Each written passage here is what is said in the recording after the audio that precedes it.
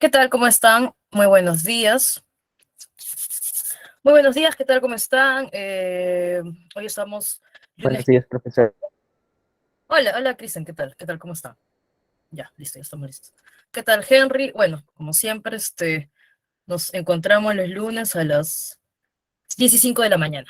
¿Ok? Hoy vamos a trabajar los contenidos de la semana 15. Estamos ya, como les decía, prácticamente en cuenta regresiva. La semana 15 es la penúltima semana de contenidos de Historia Universal. La próxima semana ya veremos todo lo que viene después del gobierno de Leguía, en las décadas del siglo XX en la historia del Perú. Pero el día de hoy vamos a desarrollar algunos contenidos bastante relevantes para el siglo XX, ¿no? Bueno, y para la segunda mitad del siglo XX, porque vamos a ver también la Segunda Guerra Mundial, el inicio de la Guerra Fría.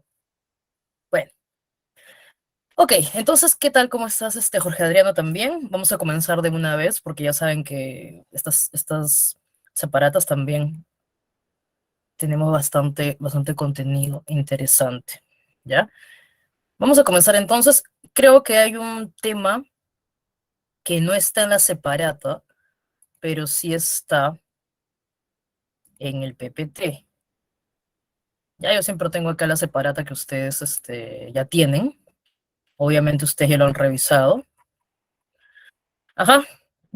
Y aquí comenzamos nosotros con Revolución Rusa, pero en el PPT sí vamos a trabajar un temita más, porque saben que también se añadió, ya creo que desde el prospecto pasado, de hace un par de exámenes, así que también hay que revisarlos. Estoy hablando de la Revolución Mexicana. Entonces hoy vamos a desarrollar desde la Revolución Mexicana, que o casualidad también se desarrolla casi al unísono de lo que es un poco la Primera Guerra Mundial, la misma Revolución Rusa, solo que muchas veces se deja de lado, ¿no? Pero es bastante interesante porque, bueno, va a haber un poco de todo en la Revolución Mexicana, va a haber un poco de guerra civil, va a haber también este reclamo de lo que es una reforma agraria, que finalmente se va a llevar a cabo, pero bueno, hay que ir mencionando de pocos, ¿no?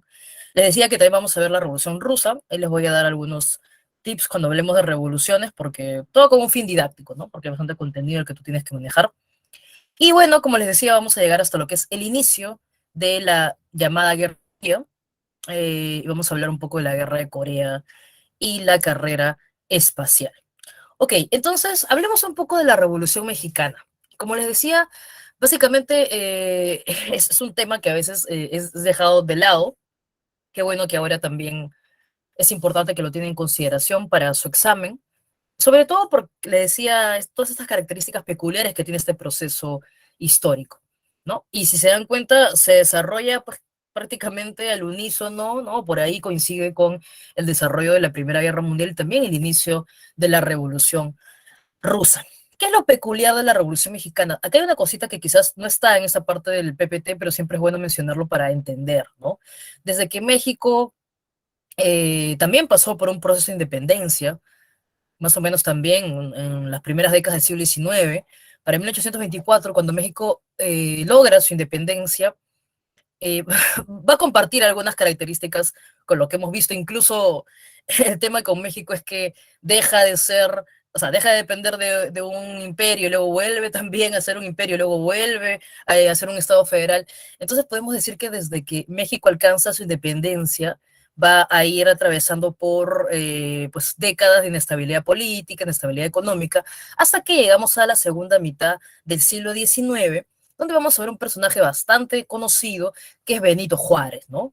Benito Juárez es un político que va a lograr ser presidente de México en la década de los 50, estamos hablando más o menos de 1856 por allí, y va a conseguir, ¿no? Se van a hacer algunas reformas, podemos decir, como por ejemplo la llamada Ley Lerdo. ¿Y por qué nos habla de esto, profe? Bueno, porque vamos a ver que está relacionado un poco con lo que se busca en la Revolución Mexicana. Lo que pasa es que con esta Ley Lerdo que se da en la época del gobierno de Benito Juárez, la idea era restarle propiedades a la iglesia, ¿ok? Pero si bien se afectó la propiedad de la iglesia de la tierra, también se va a afectar a muchas comunidades campesinas. Entonces, es un proceso interesante lo que se da con esta ley Lerdo porque van a aparecer nuevos hacendados, también los campesinos van a ser desplazados, se va a agudizar la pobreza que existía. Entonces vamos a ver ahí una movilización también del campo a la ciudad. Y bueno, no sé, hay que tener en cuenta eso, por un lado. Y por otro lado, ya lleguemos al año de 1876, luego ya de que Benito Juárez ha muerto, luego de que el mismo Lerdo también, de donde toma esta ley el apellido, también muere. Llegamos a 1876. Y aquí hay que hablar de Porfirio Díaz, porque eso se está relacionado directamente con la Revolución Mexicana. Bueno, Porfirio Díaz es un militar, que va a llegar al poder por un golpe de Estado y que luego va a buscar elegirse, ¿ya? De diferentes maneras. Ya te imaginas, ¿no? Que va a perseguir a sus opositores, van a también a haber algunos desaparecidos en esta época del llamado Porfiriato. Porfirio Díaz va a gobernar aproximadamente más de 30 años, ¿ya? Ingresa, como te digo, en 1876 y va a gobernar hasta 1910, que justo es el año en el cual situamos a la Revolución Mexicana. Pros y contras del llamado porfiriato, que es esta dictadura de Porfirio Díaz. Bueno, mmm, los únicos pros que podríamos mencionar, los únicos pros que podríamos mencionar es que México de cierta manera va a tener un proceso de modernización, ¿ya? De cierta manera. Pero ya te imaginas que siempre este progreso se va a ver en ciertas clases, nada más, ¿no? Obviamente los privilegios están en una élite, eso es definitivo.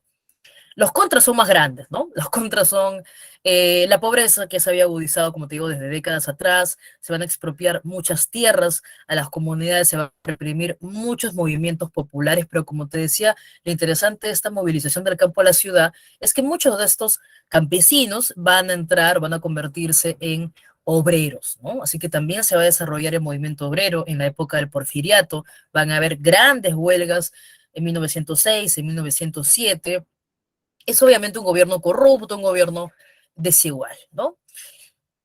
Acá hay un personaje a la mano izquierda. ¿Quién va a ser la oposición de Porfirio Díaz, no? O sea, obviamente se van a perseguir muchos levantamientos, pero también va a haber una oposición, en este caso, desde la clase burguesa, que se va a ir formando también y teniendo, ¿no? Cierta notoriedad durante el porfiriato. Estamos hablando de Francisco Madero, ya es el que está aquí a la mano izquierda. Francisco Madero va a fundar el Partido Nacional Antireeleccionista contra Porfirio Díaz, porque como te digo, se ha ido religiendo y religiendo. En 1910, que también es un año muy importante, él va a postular y va a ganar, pero ya te imaginas que es apresado y va a tener pues que escapar, ¿no? Luego de que el presionan, lo liberan y se va a esconder, a pedir refugio en Estados Unidos y desde ahí va a proclamar el llamado Plan de San Luis de Potosí, ¿ya? Entonces acá está, como ven, el origen.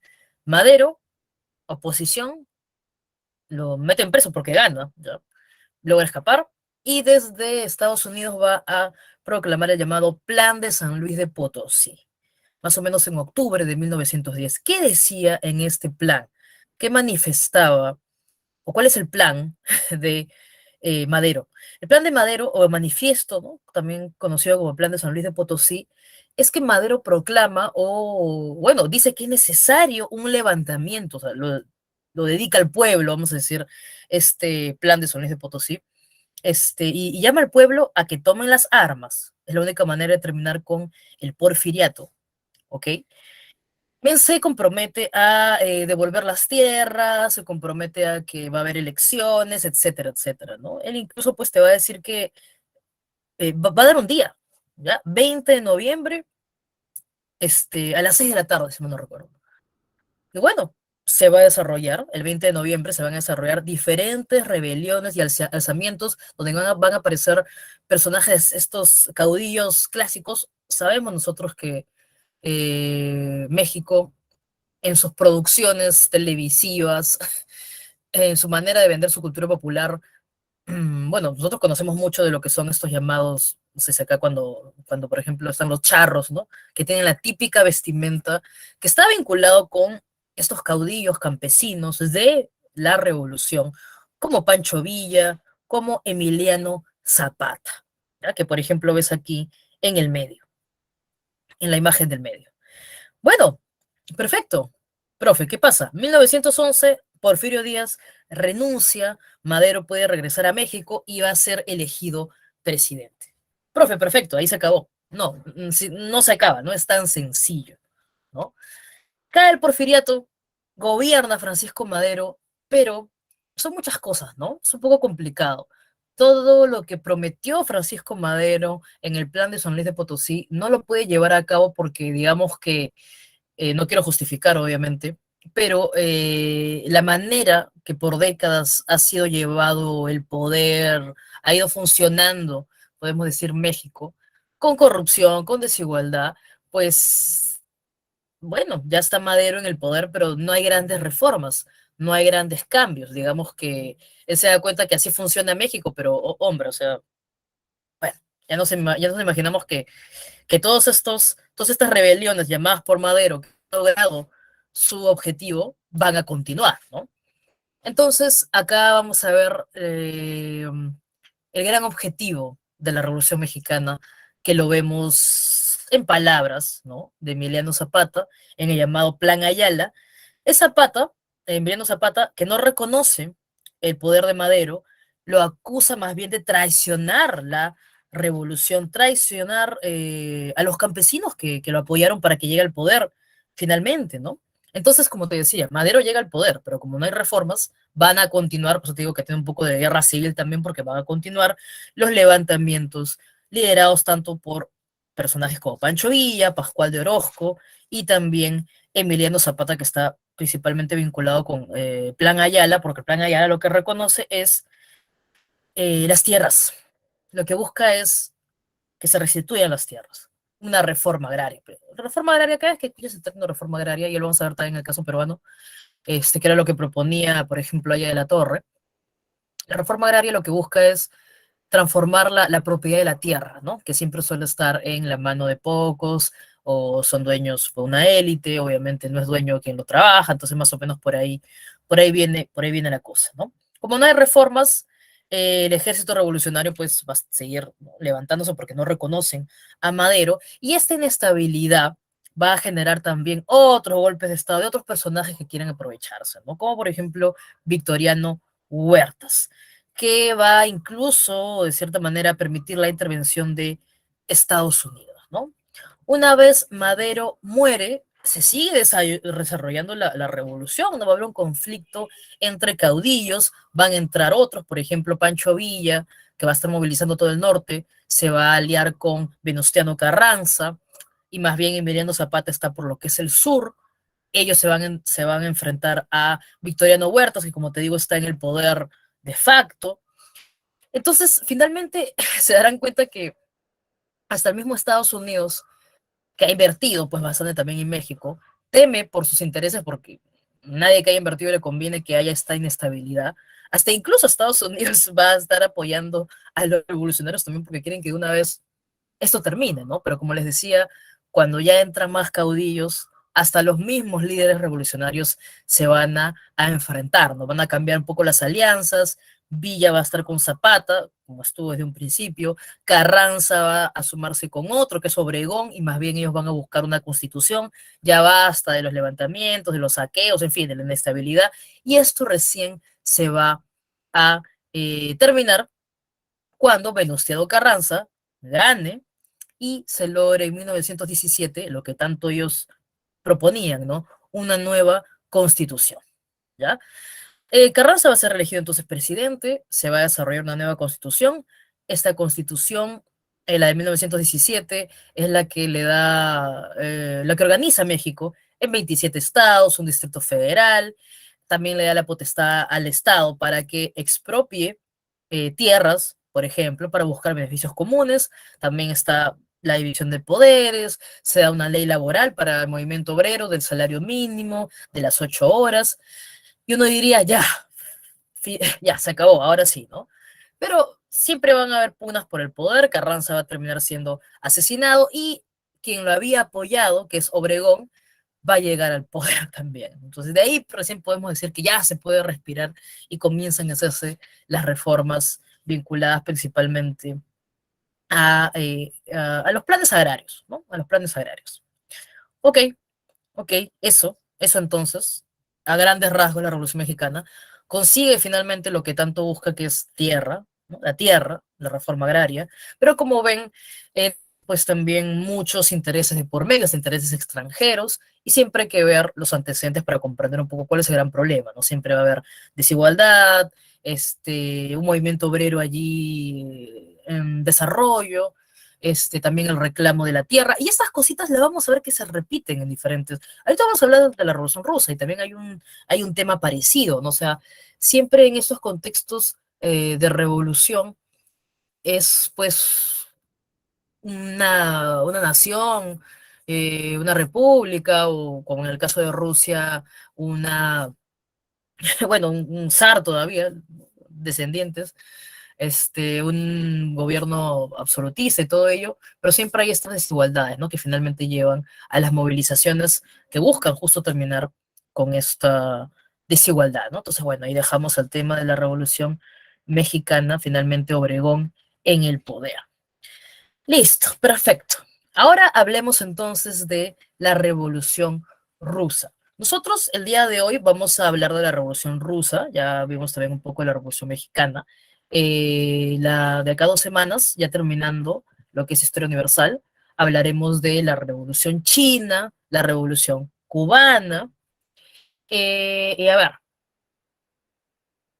¿por qué les decía que hay acá una cosilla que les puede ayudar con un fin didáctico, ¿no? Nosotros lo hemos arreglado así, es la mejor manera también para comprenderlo, ya lo van a ver también en la separata. Se van a dar cuenta que las revoluciones tienen dos momentos, dos fases, y que siempre la primera fase es la que se encarga de derrocar al poder que genera esta desigualdad, que genera vamos a decir, este poder ya, pues, desfasado, ¿no? En pleno siglo XX. ¿Ya? Y la segunda fase es la que finalmente decide qué tipo de gobierno se va a tener. Se van a dar cuenta, cuando veamos la Revolución China, la Revolución Cubana, se van a dar cuenta que siempre las dos fases, la primera logra derrocar al poder de turno, como se dice, o al poder que estaba en ese momento, y la segunda fase es la que finalmente decide qué tipo de gobierno es el que va a desarrollarse, o el que se va a hacer cargo del poder en este territorio. Perfecto. Entonces ahora nos vamos a tierras rusas. La Revolución Rusa se desarrolla en plena Primera Guerra Mundial en el año de 1917, ¿no? Pero una vez más, así como en el caso de la Revolución Mexicana, hay que hablar de los antecedentes. Y es que Rusia, por un lado, la Rusia del zar Nicolás II es una Rusia donde todavía hay una monarquía absolutista. O sea, chicos, estamos hablando de segunda década del siglo XX, ¿ya? Y sigue habiendo un monarca absolutista. O sea, los Romanov están pues ahí desde hace siglos prácticamente, ya años. ¿Ya? Y en realidad ya se había incluso dado con anterioridad algunos boicots, e incluso ya se había buscado atentar contra la vida de zares anteriores a Nicolás II, por ejemplo, ¿ya? Así que no es que de repente Nicolás II lo quieran derrocar, no, ya viene desde antes, ¿ya? ¿Qué más? Acá hemos colocado, antes de los antecedentes, quiero hablar primero de las causas para entender cuál es el contexto de Rusia, ¿no? Entonces tenemos por un lado un gobierno despótico, un gobierno absolutista, que es el gobierno del zar, ¿ya? Por otro lado también hay un régimen semifeudal todavía en Rusia, ¿no? Los únicos que tienen la tierra, ya te imaginas, la tierra está en pocas manos, es esta élite que es una nobleza, ¿no? Una nobleza latifundista, ya te imaginas que el campesinado es pobre, los que han ido movilizándose hacia las ciudades también son obreros, pero pobres, ¿ya? Terribles condiciones laborales son las que tienen los obreros siempre. Por lo mismo que no es muy moderna Rusia, no hay una burguesía, pues que al menos final, o sea, una burguesía fuerte, no hay una burguesía tampoco, no se ha desarrollado mucho la burguesía en Rusia, ¿ya? Y también la mayoría pues son analfabetos, en fin, estamos hablando de una Rusia pues bastante atrasada, si la comparamos con otros territorios de Europa en general, ¿no? Sabes que Rusia está prácticamente en toda Europa y Asia también, ¿no? Bueno, podemos decir desde el punto de vista ideológico que en Rusia existe, por lo mismo que se ha estado desarrollando este proletariado, este movimiento obrero, existe también una influencia del socialismo, ¿no? Cuando vimos un poco sobre las ideologías del siglo XIX y hablamos pues incluso del anarquismo, ya, el mismo Bakunin, o sea, están relacionados con Rusia, ¿no? Ahí se han desarrollado un poco del anarquismo, también influencia del socialismo, y por ejemplo, ya para 1898 nomás, o sea, ahí nomás acabando el siglo XIX, ya se ha formado el Partido Obrero Socialdemócrata, ¿ya? Entonces es importante también tener en cuenta que existe influencia del socialismo. Aparte también hay que recordar que en Rusia el fuerte invierno que existe también influye en que muchas veces haya escasez de alimento, en que las personas o sea, que no puedan sobrevivir, incluso algunas, ¿ya? Pueden morir por hambruna también, por el fuerte invierno, hay que tener en cuenta ello. Ya, perfecto, eso por un lado, para entender un poco cómo es Rusia. Ahora sí hablemos de los antecedentes. Rusia, por lo mismo que no es totalmente industrializada, no es una potencia, ya como las que hemos visto durante el siglo XIX, no es la potencia industrial, no puede entrar a compararse con Alemania, ¿no? Por ejemplo.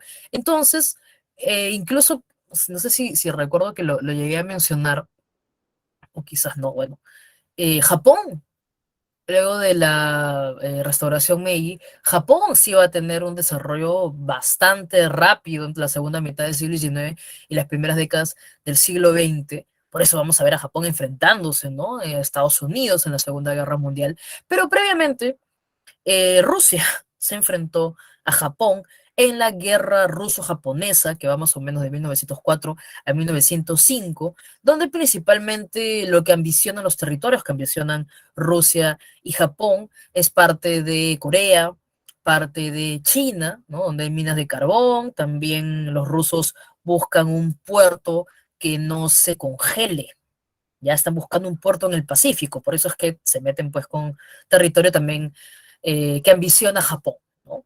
Bueno, la guerra ruso-japonesa la pierde Rusia, ¿ya? Y sabes que normalmente luego de perder una guerra, nosotros lo sabemos también por experiencia, se ha invertido, hay obviamente vidas que se han cobrado, entonces siempre hay una crisis luego de la guerra. Y para cómo es una guerra que tú pierdes, en realidad hay que mencionar que definitivamente los pobladores rusos no están de acuerdo, ¿no? Con una nueva guerra, por ejemplo, ¿no? Obviamente van a verse afectados por toda la crisis que hay. Entonces lo interesante es que en 1905, luego de la derrota ruso-japonesa, va a haber una revolución. Tenemos una primera revolución, que se suele decir liberal, por todas estas ideas que tiene de romper un poco con lo que sería lo conservador, ¿no? Que sería mantener el orden que existe en Rusia, en este caso. Y es interesante, esta revolución de 1905 va a ser pacífica en un principio, mucha gente va a salir, incluso buscan llegar al palacio del zar. El zar lamentablemente no se encontraba en su casa, creo que había dejado a su primo encargado, y la decisión fue sacar pues a las fuerzas represivas y lamentablemente terminó con muchas muertes, ¿no? Fue una revolución sofocada de manera sangrienta, por eso es conocido como el Bloody Sunday o como el Domingo Sangriento por todas las vidas que se cobraron. Bueno, incluso también tenemos una rebelión, ¿no? Ustedes han escuchado antes también la rebelión del acorazado Potemkin, que es un motín, ¿ya? Es un motín en una embarcación, o sea, la verdad es que de diferentes ámbitos no muchos quieren al zar y las decisiones sobre todo que está tomando el zar. Entonces, cuando el zar ya se entera de todo lo que ha ocurrido en el Domingo Sangriento, digamos que para parchar un poco la situación, sé que suena feo y todo, pero es un parche en realidad, se va a crear la Duma. La Duma es un parlamento, ¿ya? Tú dirás, oh, el zar crea un parlamento, o sea que va a haber división de poderes. No, te digo que es como un parche, ¿no? Como ya para que la gente no se le siga viniendo encima, se va a crear esta Duma, porque es un parlamento limitado, o sea, no es que ahí pueden discutirse y finalmente votan y están por encima del zar, no. La palabra del zar siempre está, siempre es la que decide por encima de la Duma, por eso les digo que es como un parche simplemente para que la gente no se siga levantando. Y lo que va a pasar más bien entre la población rusa es que van a comenzar a organizarse en los llamados soviets. Los soviets fueron principalmente asambleas, asambleas donde participaban campesinos, obreros e incluso soldados también, ¿ya? Es interesante también cuando algunos autores mencionan cómo los soldados que eran enviados para reprimir estos levantamientos, muchas veces hasta se cambiaban de bando, ¿ya? Porque se daban cuenta de lo que estaban haciendo finalmente, ¿no? Entonces, es interesante, se van a ir organizando a lo largo del territorio ruso muchos soviets, muchas asambleas. Pero la asamblea más importante, el soviet principal, podemos decir así, es el soviet de Petrogrado, ¿ya? Que actualmente es conocido como San Petersburgo. ¿Ya? Ahí está el soviet principal, digamos. Perfecto. Sigamos avanzando hasta llegar a la Primera Guerra Mundial. Otra vez, ¿no? Rusia va a la guerra y va a una guerra que definitivamente no va a ganar, ¿no? Le toca enfrentarse pues con Alemania en lo que es el frente oriental, así que como te digo, no va ganando. La gente también no está de acuerdo con que hayan llevado a sus hijos, que hayan llevado, que Rusia haya ido a la guerra. Por eso llegamos al año de 1917, como les digo, contexto, Primera Guerra Mundial, crisis que está viviendo Rusia, la gente que desea la paz. Por ejemplo, van a haber mujeres que van a salir justo en el Día de la Mujer, muchas madres rusas pidiendo por la vida de sus hijos que están en el campo de batalla. Entonces van a haber múltiples revueltas populares y como les digo, llegamos a 1917, donde se van a realizar estas dos etapas de la Revolución Rusa.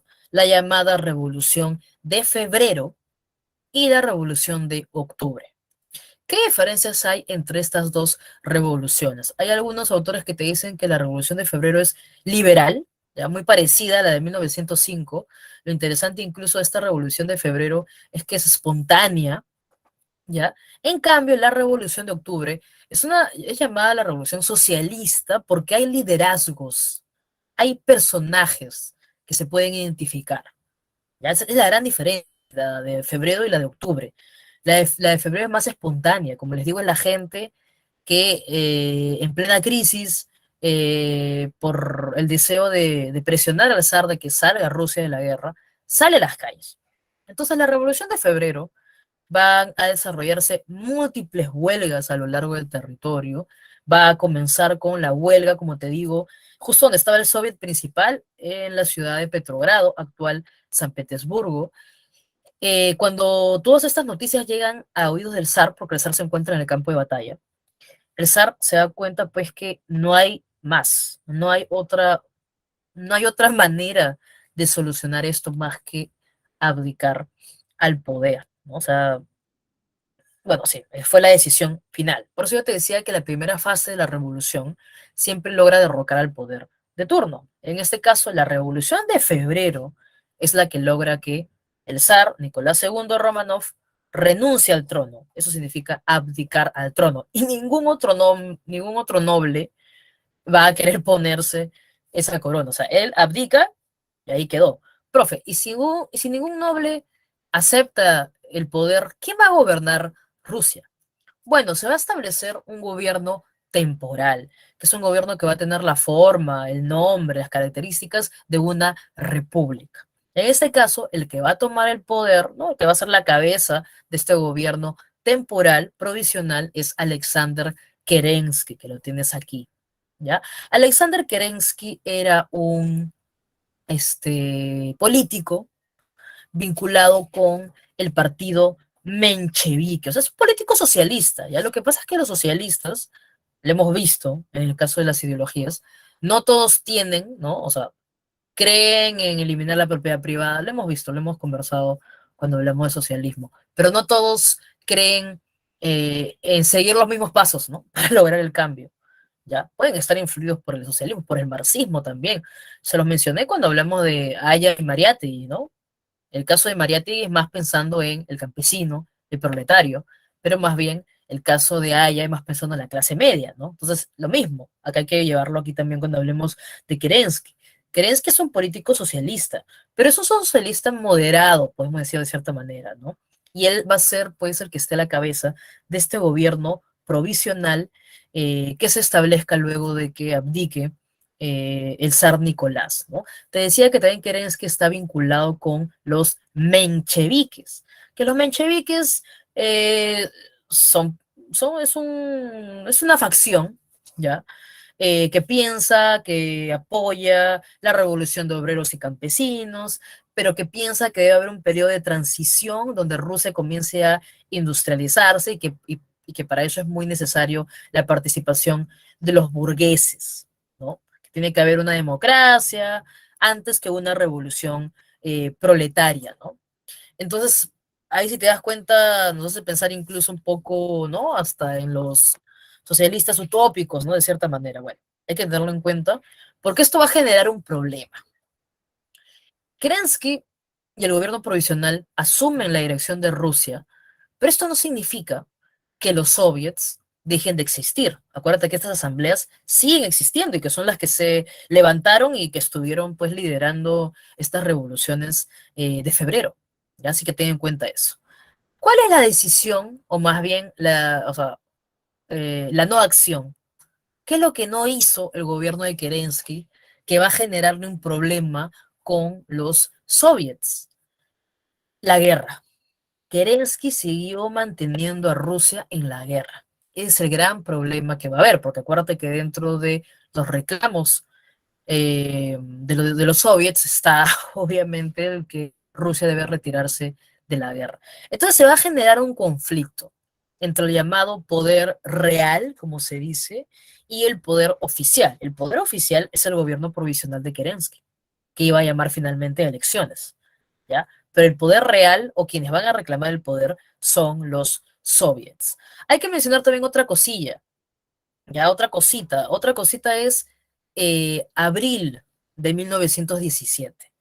Y aquí hay que mencionar una gran jugada de los alemanes. Los alemanes, sabes, como hemos mencionado también semanas atrás, querían concentrar todo su poder en la guerra en el frente occidental, con los aliados. ¿Ya? Querían eliminar el frente oriental. Así que una de dos, o invadían Rusia o Rusia salía de la guerra.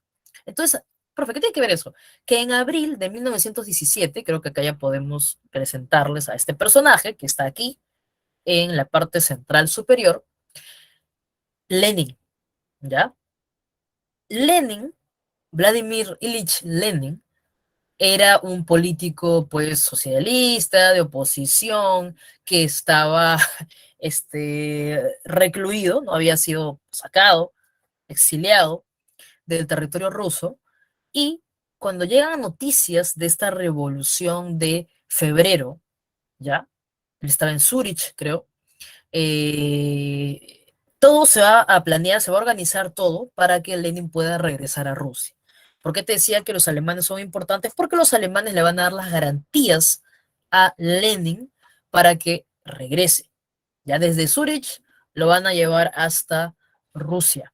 ¿Ya? Y ahí estuvieron los alemanes definitivamente coordinando con los socialistas que están ahí con Lenin y viajaron con Lenin para regresarlo a Rusia. Es dentro del plan, le conviene a Alemania, pero como te digo, Alemania quiere eliminar lo que es el frente oriental. Entonces tenemos abril, es muy importante porque cuando Lenin va a regresar a Rusia, va a proclamar, ¿no? Las llamadas tesis de abril, donde que podemos resumir todo este discurso de Lenin en tres cosas, ¿no? Paz, tierra y todo el poder a los soviets. ¿Qué significa eso? Paz es que Rusia debe salir de la Primera Guerra Mundial. Tierra, lo mismo que vimos en la Revolución Mexicana. La propiedad de la tierra. Se busca una reforma agraria. ¿Ya?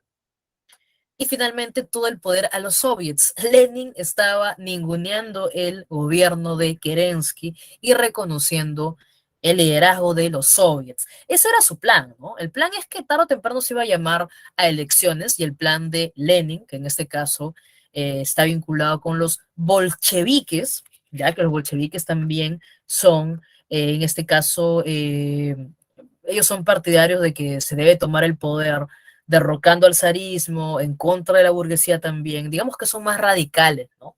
Por ese lado. Bueno, Lenin va a derrocar a Kerensky.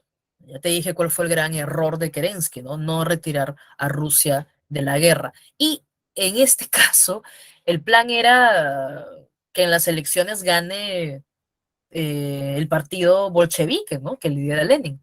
Lamentablemente no va a tener la mayoría y por esa razón es que hace la Revolución de Octubre, ¿ya?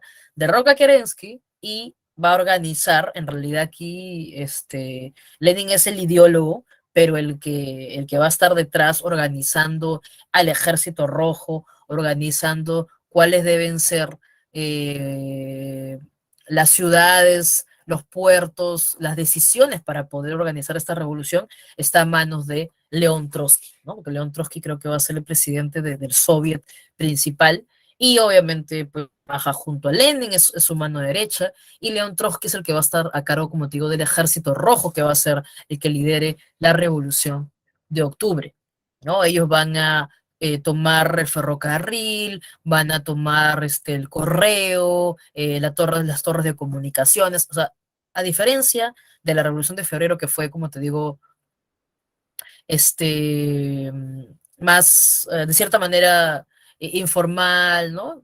Espontánea.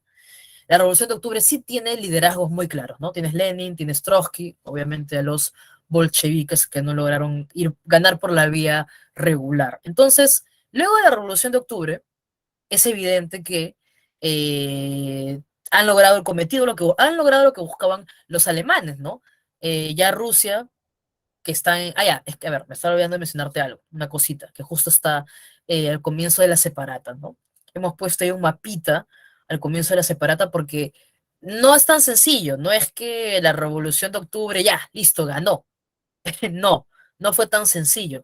Desde la Revolución de Octubre, desde 1917 hasta más o menos 1922-23, se va a desarrollar la llamada Guerra Civil Rusa, ¿ya? Bueno, acá dice el 17 al 21, porque ya en el 22 se crea la Unión Soviética, pero va a seguir habiendo inestabilidad, ¿no? Pero digamos que el momento donde hay más enfrentamiento es del 17 al 21, ¿ya? Ni bien estalla la Revolución de Octubre, no creas que todos estuvieron de acuerdo con los bolcheviques, ¿ya? Hay muchos que estaban a favor del regreso del zar, estaban a favor de una monarquía moderada, entonces vamos a ver que se va a dar una guerra entre rusos, por eso es una guerra civil entre los llamados rojos, que son los bolcheviques, y los que van a terminar estando del lado de los bolcheviques porque no quieren meterse con ellos, no tienen miedo, por decir así, por no decir más. Y por otro lado, el movimiento blanco, que son los que están a favor del zar, que son los que están a favor, como te digo, de una monarquía moderada, e incluso van a haber muchos infiltrados, van a estar ahí infiltrados eh, intereses alemanes, intereses franceses, estaban interesados en realidad en quedarse con algunos de los territorios de Rusia. ¿Ah? No creas que simplemente es que Rusia se va de la guerra, también querían ganar algo, de esta inestabilidad que había en Rusia, ¿no? Entonces se va a desarrollar la llamada Guerra Civil Rusa desde el 17 hasta el 21, que se cobró muchas vidas, no solo por la violencia, sino también por el llamado comunismo de guerra, ¿no? Donde las cosechas, lo que se cultivaba, los recursos eran sobre todo para el ejército y muchos campesinos van a morir también por hambruna. Eh, una época bastante difícil, ¿no? Finalmente los que van a ganar son los bolcheviques, ¿ya? Y tenemos que en el año de 1922 se va a crear la Unión de Repúblicas Socialistas Soviéticas, que conocemos como la URSS o también como la Unión Soviética. Me había olvidado de mencionarte, como resultado también de la Revolución de Octubre van a ocurrir dos cosas. La primera es que ¿te acuerdas que ya se decidió que Rusia se va de la guerra? Pues bueno, se va a trabajar en el tratado Brest-Litovsk, que finalmente se firma en marzo de 1918, por la cual Rusia oficialmente se retira de la guerra. Y también hay que mencionar que en pleno desarrollo de la guerra civil rusa, hay mucho temor en que el zar siga vivo, ¿ya? Y esto no se sabe con seguridad si es que Lenin los manda a matar, pero finalmente son partidarios de los bolcheviques los que finalmente atacan a la familia real en julio de 1918, así que se asesina a la familia Romanov, ¿no? Ok, se crea la Unión Soviética. No se olviden que eso es importante, ¿ya? ¿Por qué razón? Porque hemos hablado de ideologías del siglo XIX, del socialismo, que Marx, que los utópicos, en fin. Pero una cosa es que existan las ideologías y otra cosa es que se materialicen, ¿no? Como hemos mencionado. ¿Por qué es tan importante hablar de la Revolución Rusa? Porque luego de 1922, cuando se crea la Unión Soviética, digamos que tú mirabas el mapita mundi, mirabas tu planisferio, mirabas tu mapa mundi, y cuando te concentrabas y ponías tus ojitos en Europa y Asia, ahí había una mancha grande, roja, ¿no? Y es que desde, como resultado de la Revolución Rusa, va a existir, se va a formar una nación, ¿no? En este caso, pues una unión de repúblicas que se van a llamar socialistas, ¿ya? Y desde ahí va a comenzar este temor de todos los que están cerca en Europa Occidental de que se vaya difundiendo, ¿no? Al mismo estilo como vimos ese temor de la Revolución Francesa, por ejemplo, también va a existir un temor a que porque socialistas, como te digo, por la ideología, hay socialistas en Francia, hay socialistas en Inglaterra, hay socialistas a lo largo de todo Europa, ¿ya? Pero otra cosa es que ahora exista una república, un país que se proclame socialista. Entonces va a comenzar todo este temor que vamos a ver mucho más fuerte ya después de la Segunda Guerra Mundial, lo que es la Guerra Fría. Pero bueno, va a comenzar a existir este temor a que se siga expandiendo el socialismo, ¿no? Luego de que Lenin fallece, no tiene testamento, si bien recuerdo. Eh, no deja muy claro Lenin quién debe ser el sucesor.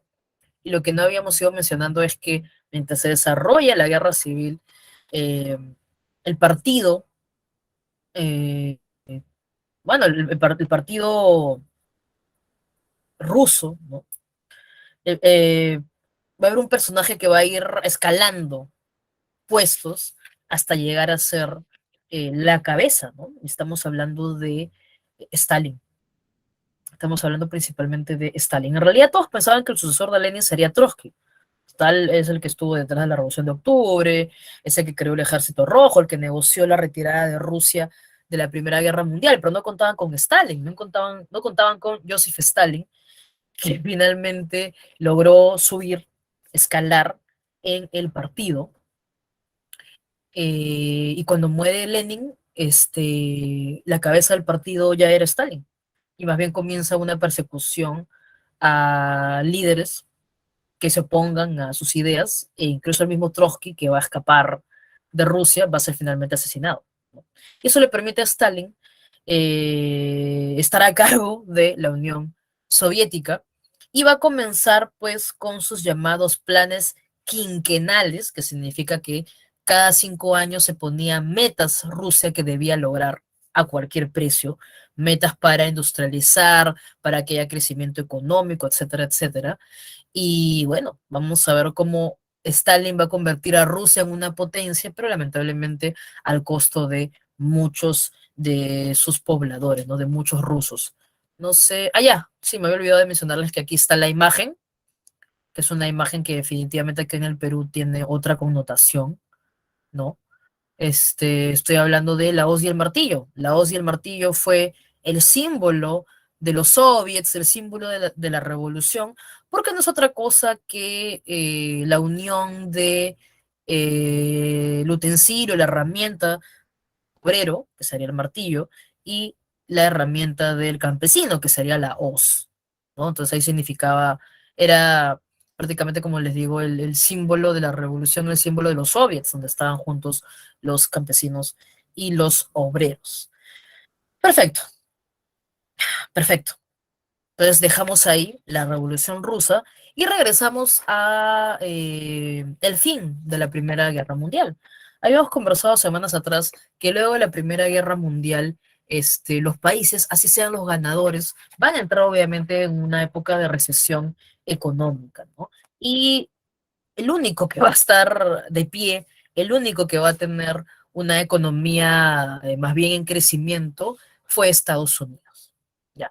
¿Cómo va a funcionar un poco esto con Estados Unidos? ¿No? Bueno, Estados Unidos ya sabes que entra de último en la guerra. Estados Unidos también, eh, bueno, la misma decisión de haber entrado de últimos en la guerra, ya para apoyar a los aliados, para vencer a las potencias centrales, este, van a crear diferentes mecanismos para seguir con este crecimiento, ¿no? Bueno, por un lado está, por ejemplo, el tema de los préstamos. Estados Unidos va a comenzar a inyectar de capitales, va a comenzar a inyectar dinero a todos los países que están recuperándose de la típica crisis de posguerra. Estamos hablando de la pos Primera Guerra Mundial, ¿no? Hay que también mencionar que esta hegemonía de Estados Unidos, ya, o sea, por un lado tienen este mecanismo de inyectar, ¿no? O sea, de prestar, ¿no? Porque, a ver, piensa un poco, ¿no? Hay que pensar, hay que hacer un ejercicio, ¿no? Si le prestas dinero a un país para que pueda recuperarse económicamente, funcionar y todo, luego te conviene, te va a devolver eso y porque un préstamo siempre tiene intereses, ¿no? Así que ese dinero va a regresar, ¿no? Pero si te das cuenta, o sea, si te das cuenta es como un círculo de cierta manera vicioso, ¿no? Porque en los primeros años el crecimiento de ese país definitivamente está, como pasó con el gobierno de Leguía, por ejemplo, depende mucho del dinero que le dé Estados Unidos, ¿no? Otra cosa es que pasen décadas y que ya ese crecimiento sea sostenible, pero los primeros años hay mucha dependencia de Estados Unidos y ya sabes, le pasa algo a Estados Unidos, se acabó, no va más ese dinero y si estaba todo sostenido, si todas las obras públicas, todo lo que yo hacía era depender de ese dinero estadounidense, va más bien a haber una crisis bastante grande, ¿no? Por otro lado, también hay que mencionar que en esta época de hegemonía estadounidense se viven los llamados locos años 20, felices años 20, que es una época en la cual en Estados Unidos, a ver, si muchos de ustedes tienen parientes en Estados Unidos o tienen esta idea del sueño americano, que hasta ahora se habla de eso, eso nace justo en esta época, nace justo en la década de los 20, en esta época después de la Primera Guerra Mundial, donde hay mucho optimismo en Estados Unidos y obviamente, como ves aquí, there's no way like the American way, o sea, no hay mejor manera que la vida americana. Ese sueño americano de progreso, de desarrollo, justo bueno, existe, aparece, nos lo venden en la década de los 20, ¿no? Es una época en la cual en Estados Unidos hay no solo optimismo, sino como hay mucho dinero, también va a haber mucho consumismo, ¿ya? Optimismo y consumismo es la fórmula que se va a desarrollar en los llamados locos o felices años 20, ¿no? Una época en la cual se desarrolla la moda, el cine, la música, los cabarets, en fin, ¿ya? Todo ello. Entonces estamos hablando de un crecimiento que lamentablemente va a ser desequilibrado. ¿Por qué razón? Las tienes aquí abajito, ¿no? No te olvides que estamos hablando de un crecimiento económico, pero de manos de el modelo liberal, ¿no? El modelo del libre mercado. Acuérdate que el modelo del libre mercado no mete la mano, no da reglas el Estado, ¿no? Sino más bien el mismo mercado, pero eso puede tener sus problemas. Vayamos, por ejemplo, a otro punto, ¿no? ¿Qué pasa cuando yo estoy con todo este optimismo, ¿no? Y comienzo y eso también se ve en la industria, ¿ya? Yo comienzo a sobreproducir, o sea, produzco de más. Va a haber un momento donde ya los stocks, ¿no? O sea, hay que entender más o menos cómo se va a generar más adelante una crisis por esta sobreproducción, porque cuando hay mucha producción, no se logra colocar en el mercado, ya sabes, caen los precios, por ejemplo, ¿no? ¿Qué pasa? También otro punto, la especulación financiera. Lo que pasa es que aquí también en esta década del 20 aparece el crédito. ustedes saben lo que significa el crédito. ¿El crédito es bueno? Sí, ¿no? Bueno, esto no es una clase de economía para que más o menos comprendan que el crédito es bueno, ¿no? De cierta manera es parte de también el crecimiento, o sea, también ayuda al crecimiento económico de una nación, ¿no? Pero bueno, hay que tener en cuenta también cómo se maneja ese crédito. Acá estoy hablando sobre todo de un crédito vinculado a la bolsa. Estamos hablando de, en un rato, bueno, ya puedo mencionar, ya podemos comenzar ya. La especulación financiera viene de la mano de la bolsa. Ese es el problema, ¿ya? ¿Cómo más o menos se funciona la llamada bolsa de valores? La bolsa de valores juega mucho con lo que es la especulación, ¿no? Estos, o sea, la gente invierte dinero, estos valores pueden, eh, como dice, apreciarse, depreciarse, tú puedes ingresar con 100.000, luego llegar a 1 millón, pero tienes que saber cómo funciona la bolsa. Y con lo que pasa es que la bolsa de valores en este tiempo, ¿ya? Entraba la gente que sabía y la gente que no sabía. Todos estaban en ese plan de gastar, gastar, gastar dinero. Sí, me puedo hacer rico entrando en la bolsa y más o menos cómo funcionaba y dónde viene este círculo vicioso. La gente se endeudaba con un préstamo. Una cosa ya, pedían un préstamo para producir, ¿no? Ya. Pero otra cosa, hasta los mismos campesinos podían pedir préstamo para comprar granos, etcétera, etcétera. Pero ¿cómo funcionaba lo de la bolsa? Pues la gente pedía préstamos al banco, ¿ya? O sea, se endeudaba de un préstamo para meter dinero en la bolsa, ¿ya? Y sabes que la bolsa finalmente es eso, ¿no? Cuando los valores valen más es porque la gente invierte, invierte, invierte, invierte, invierte más, pero llega a haber también un tope y luego comienzan a caer los precios, ¿no? No sé si alguno de ustedes, chico o chica, eh, sabe un poco pues de lo que ha estado pasando también con las criptomonedas, ¿no? O sea, lo mismo ha sido. Ha habido gente que se hizo millonaria de la noche a la mañana, porque también es como funciona un poco como la bolsa de valores, ¿no? Las monedas comenzaban también a triplicar, a multiplicar su precio, pero también hay una época de caída, digamos que es el movimiento típico que existe, ¿no? Entonces, tenemos, les digo, por el mismo consumismo, el mismo optimismo que existe, hay mucha gente que simplemente, también hay otra cosa, van a aparecer muchas entidades financieras. A ver, no es tan sencillo, o sea, yo agarro, pongo un banco, no es tan fácil, ¿no? Tiene que haber una reglamentación y todo ello, y lamentablemente aquí también van a aparecer muchos bancos que también van a generar préstamos y todo, todos quieren ganar de alguna manera en esta época, pero eso también va a generar una burbuja, ¿no? Inflacionaria, o sea, es dinero que está corriendo, pero dinero que no va a regresar, ¿no? Si se consume o si se invierte en algo que está destinado al fracaso. Entonces tenemos mucho, tenemos un crecimiento desequilibrado, ¿ya? También no te olvides que Estados Unidos también está colocando dinero en la economía mundial. Estados Unidos está como una locomotora de la economía mundial, ¿no? Prestando a Europa. Por ejemplo, un país al cual le prestó Estados Unidos fue Alemania, ¿ya? Incluso recuerdo, si mal no recuerdo, incluso hubo un llamado Plan Dowes, que se llama así por el apellido del personaje que se le ocurrió que la mejor manera de reinsertar a Alemania en la economía, porque había sido el gran perdedor de la Primera Guerra Mundial, era justo prestándole dinero. Y creo que este hombre, Dowes, llega a ganar hasta el Nobel de la Paz, ¿ya? Por esta decisión tan altruista de prestar dinero a Alemania para incorporarlo en la economía mundial, ¿no? O sea, bueno, ya te imaginas ya también que Alemania va a depender mucho de estos préstamos y cuando desaparezcan, ay, ay, ay. Bueno, entonces todo esto, la sobreproducción, el crédito, la especulación en la bolsa, la productividad, ¿no? La sobreproducción que también había, luego afectado en los costos, etcétera, etcétera. Todo esto va a tener un momento, ya un punto de quiebre, ¿no? Estamos hablando de el jueves 24 de 1929, conocido como el Jueves Negro, en el cual se ponen acciones a la venta y ya nadie quiere comprar, todos más bien. Ese es el problema, ¿no? Mientras compran, sigue subiendo el valor. Cuando ven que cae en picada, la gente más bien vende, vende, vende, vende, vende. Y eso también va a generar que colapse la bolsa, ¿no? El 24 es el jueves negro y el 29 es el martes negro donde ya se declara prácticamente la crisis de la bolsa de valores, ¿no? Y que, a ver, ¿y qué hacía la gente?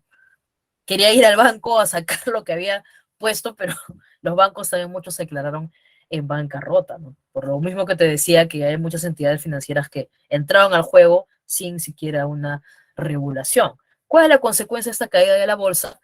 A ver, ojo, una cosa es el crack del 29, el crack de Wall Street, que es la caída de la bolsa, que es el jueves y el martes negro, ¿ya? Y otra cosa es la crisis que comienza a raíz de esa caída, que es la conocida Gran Depresión, que va desde 1929 hasta 1933. Estamos hablando que en ese tiempo gobernó Herbert Hoover y tuvo que hacerle frente a esta Gran Depresión. Y obviamente no pudo, porque este crecimiento desequilibrado tuvo un fin prácticamente de la noche a la mañana, fueron una cuestión de días, y ya te imaginas, cayó la bolsa, cayeron los precios, cerraron las empresas, quebraron los bancos, si cierran las empresas, el desempleo se hace generalizado. Aquí puedes ver por ejemplo, un ejemplo. Hay una película, bueno, hay muchas películas, ¿ah? Hay muchas películas, pero yo recuerdo una que vi hace poco otra vez, que se llama Cinderella Man, creo que es con Russell Crowe, que ahí se ve como en una semana el que justo era un boxeador que había invertido su dinero, creo que en una empresa de taxis. Vivía así en una casa así hermosa, en una mansión, todo, y en una cuestión, justo en la época del crack, en una cuestión de días nada más, lo perdió todo, ¿no? Lo perdió todo y tuvo que incluso mandar a sus hijos a otro estado y tuvo que vender su casa y vivía con su esposa en un lugar así, tipo un sótano, sin calefacción, y él también iba así todos los días al puerto a, a ofrecer a ofrecerse como estibador, como cargador, ¿no? Y aquí también puedes ver mucha gente que se quedó desempleada, que ofrecían sus servicios por $1 a la semana en Nueva York. Es una imagen de 1930, ¿no? Por ejemplo, ¿no? Ahí tienes pintor, portero, ¿no? En fin, obrero, $1 semanal. O sea, imagínate toda la gente que se queda sin trabajo, cómo tenía que ofrecer. Fue una época bastante dura. Ahí también en la separata tienes una imagen, una fotografía muy conocida, que es una imagen pues de una mujer, prácticamente una madre, ¿no? Que es bastante joven, pero puedes ver allí por toda la crisis que ha sucedido, por todas las condiciones en donde ahora vive, ¿no? Cómo se ha hasta avejentado, ¿no? Se volvió como que el rostro de lo que fue la crisis. Pero bueno, también te imaginas que se cortan los préstamos, así que la crisis se extiende al mundo y a todas las naciones que dependían de Estados Unidos. ¿Qué se va a hacer entonces para ponerle fin a esta gran depresión? Porque se logra, profe, se logra. Va a ser elegido un nuevo presidente, en este caso va a ser Franklin Roosevelt, y con Franklin Roosevelt aplicando las ideas, las propuestas de John Maynard Keynes, que más bien es dejar de lado el modelo liberal y más bien entrar pues a un modelo donde el Estado intervenga y más bien el Estado regule la economía. Estamos hablando del New Deal. New Deal significa algo así como un nuevo trato, un nuevo contrato, un nuevo pacto. ¿Ya? ¿Cuál es el nuevo pacto? Ya no es el mercado, o sea, el libre mercado, ¿no? Sino más bien es el Estado eh, interviniendo, ¿no? Y Franklin Roosevelt va, para que te des cuenta que sale bien el New Deal, él va a ser reelegido. El New Deal comienza con Franklin Roosevelt cuando llega al poder en 1933.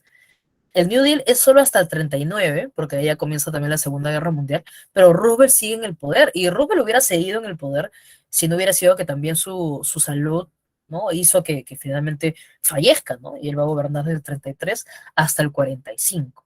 ¿Qué es lo que se logra? O más o menos cómo funcionaba el New Deal, ¿no? El New Deal es esta idea de, como les digo, de que el Estado intervenga en la economía. ¿Cómo va a invertir? Bueno, para comenzar, muchos bancos ya van a quedar cerrados porque, te digo, o sea, no cualquiera puede tener un banco, ¿ya? Y la idea de que intervenga el Estado es, bueno, no solo regulando, como te digo, las entidades financieras, sino también creando la Reserva Federal, por ejemplo, y también es pensando muy bien en qué se va a invertir, ¿no? El dinero, o sea, por ejemplo, yo puedo matar muchos pájaros de un tiro, yo puedo hacer obras públicas, ¿ya? Donde se genere trabajo y finalmente son obras públicas para, ¿no? Para la población, ¿ya? También puedo regular muy bien qué entidades financieras van a funcionar. Yo puedo ayudar a los bancos, puedo inyectarles capital, pero bancos, ¿no? Ya sabes que tengan estabilidad, que funcionen respetando unas leyes, ¿no? También obviamente hay que disminuir la producción para que otra vez se estabilicen los precios.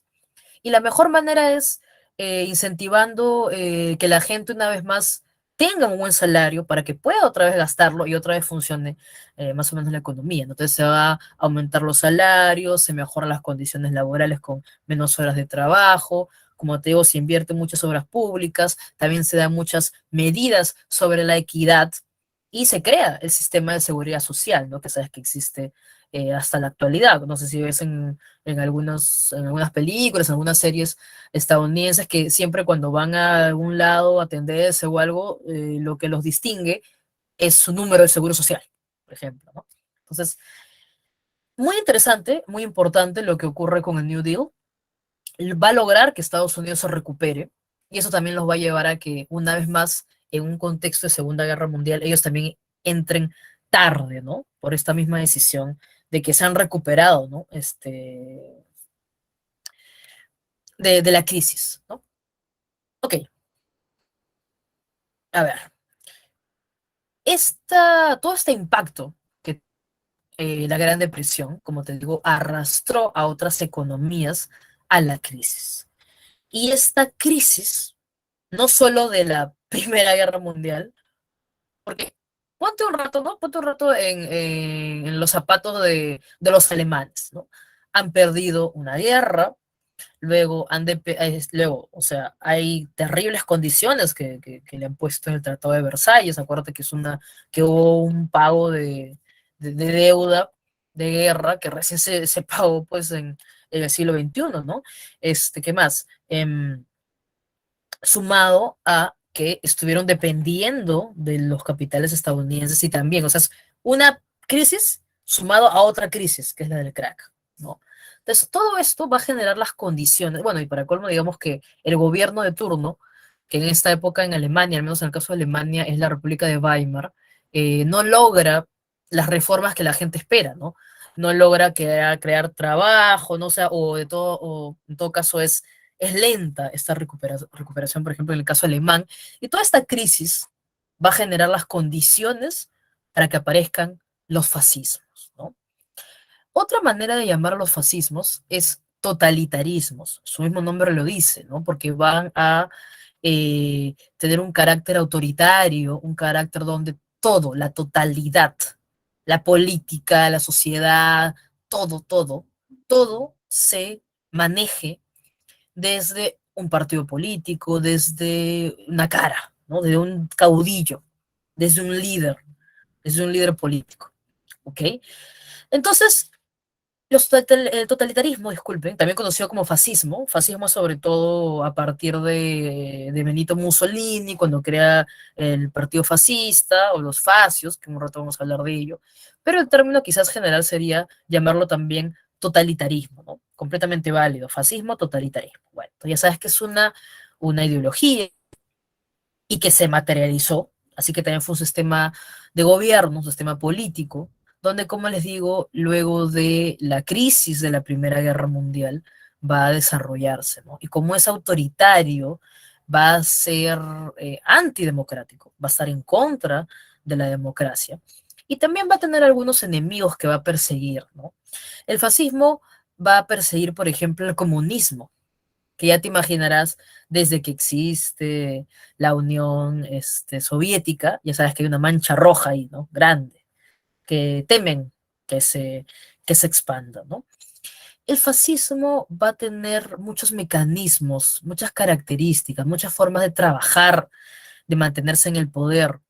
No solo es siendo antidemocrático, teniendo enemigos, sino también va a ser utilizando mucho la propaganda, convenciendo mucho a los jóvenes y utilizando mucho el discurso del nacionalismo, llevado al extremo, ¿no? A hablar de un ultranacionalismo, que ya podemos incluso ya identificarlo como el llamado chauvinismo, ¿no?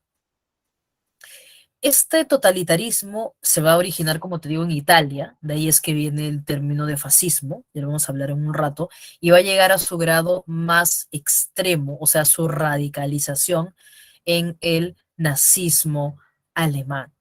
¿Ya? Hay que entender que este fascismo siempre se desarrolla en una crisis, y sobre todo cuando el gobierno democrático fracasa. Así dentro de su discurso te va a decir, mira qué hizo la democracia.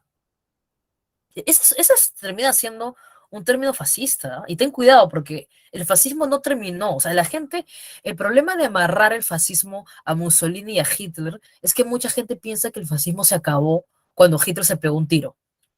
Pero el fascismo no se acabó. El fascismo sigue existiendo. ¿Ya? Y hay que tener mucho cuidado cuando vienen estos discursos de, fíjate lo que pasa con la democracia, ¿no? Mira, la democracia ha funcionado. Es que siempre es un discurso que suele utilizar el fascismo. ¿Ya?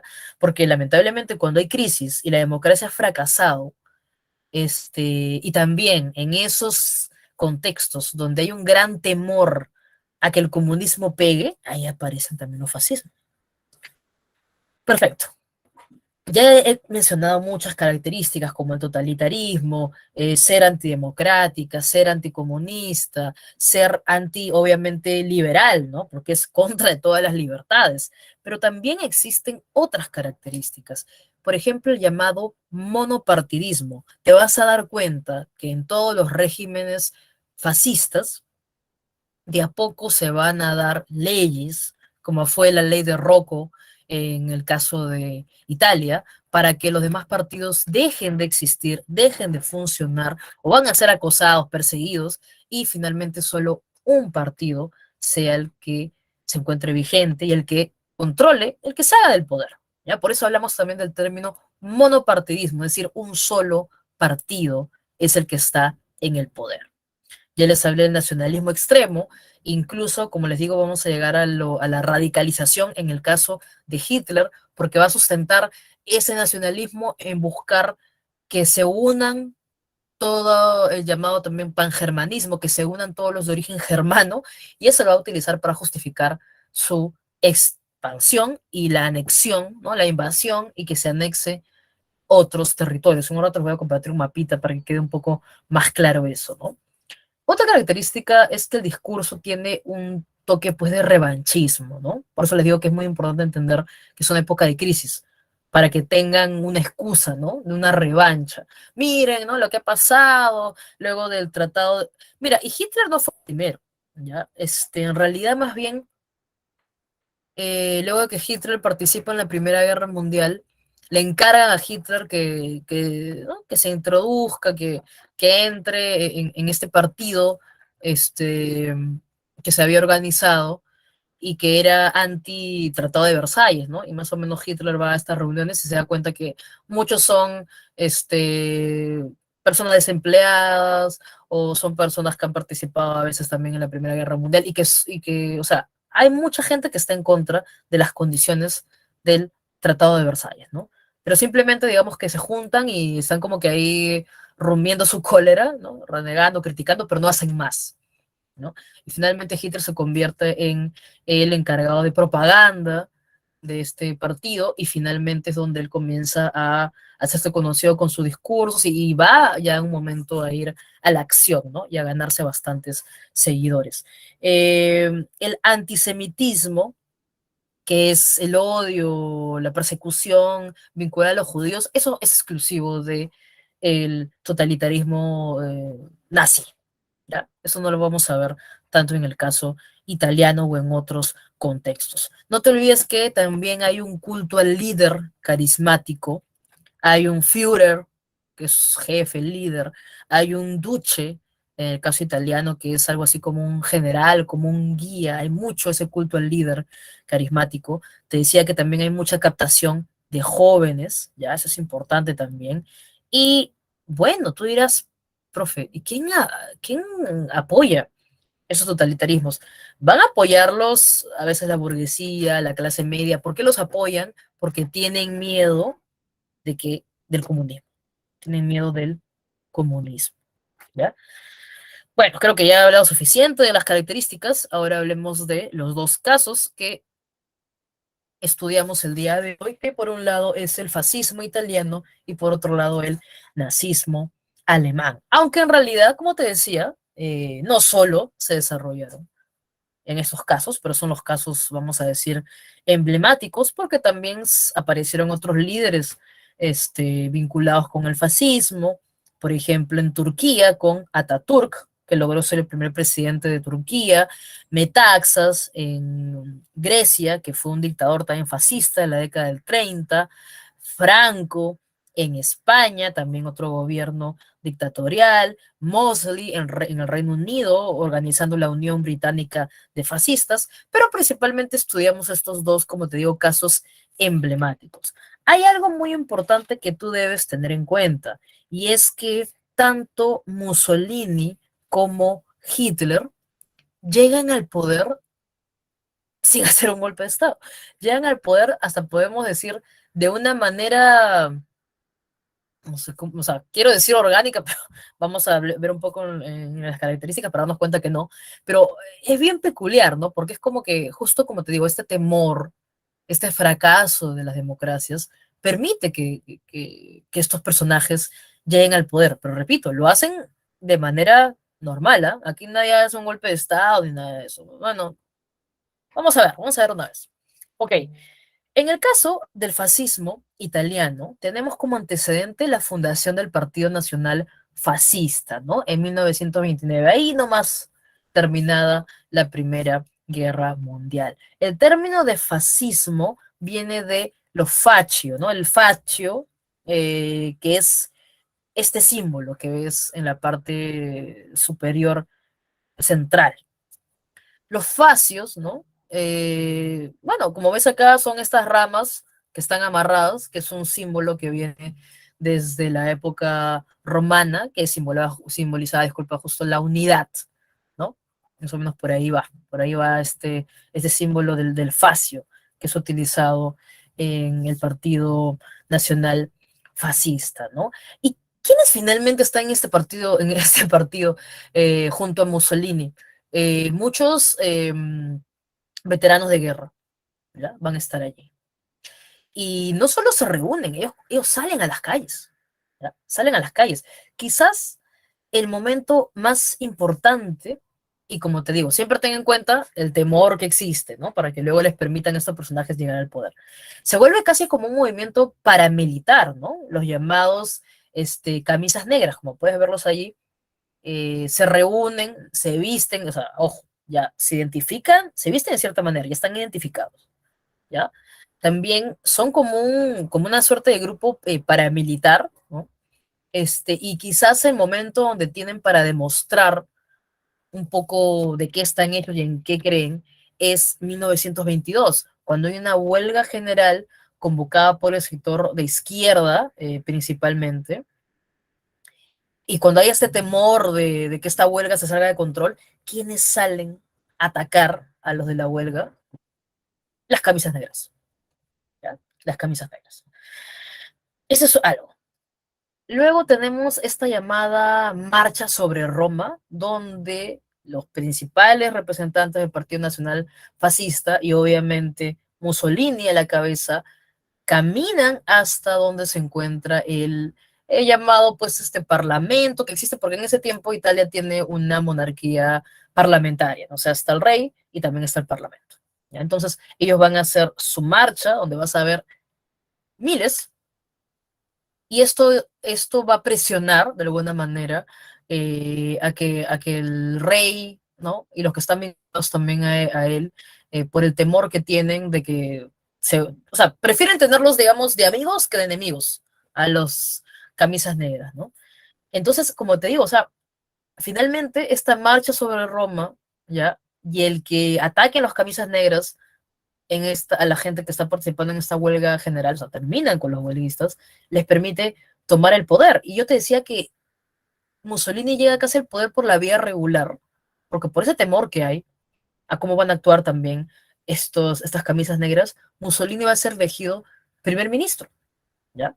Obvio, te digo que existían otros partidos políticos, pero de a pocos, cuando ya Mussolini esté en el poder, va a comenzar a dar toda una serie de leyes, ¿ya? Que nos hacen ver cada vez más Por ejemplo, la ley de Rocco que te decía, ¿no? Todos los otros partidos no pueden participar. Así que solo quien queda, el PNF, el Partido Nacional Fascista. Y de a poco, repito, ¿no? Va haciéndose aliados, va persiguiendo a sus opositores. Cuando digo que va haciéndose aliados, es por ejemplo cuando se firma el concordato de Letrán, donde va a buscar. A ver, hay una cosa que te había mencionado, ¿no? Los fascismos suelen ser gobiernos conservadores, ¿ya? Entonces van a buscar, obviamente, estar cerca de poderes también conservadores como es el de la iglesia.